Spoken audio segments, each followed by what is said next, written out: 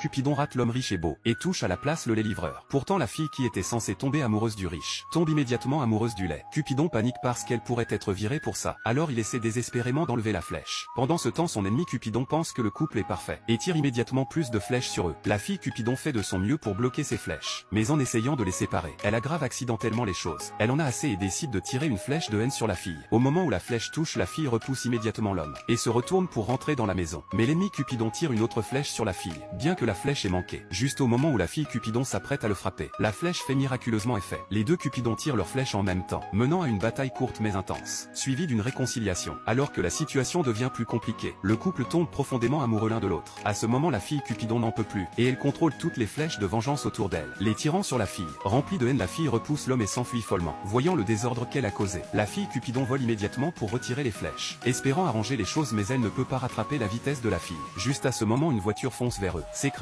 contre un lampadaire. Heureusement le garçon réussit à sauver la fille, et les flèches de haine dans le dos de la fille perdent immédiatement leur effet. La fille Cupidon réalise son erreur et décide de les laisser ensemble. Elle sort une flèche ordinaire et la vise sur eux, mais à sa grande surprise, la flèche les rate parfaitement, et touche à la place l'homme riche.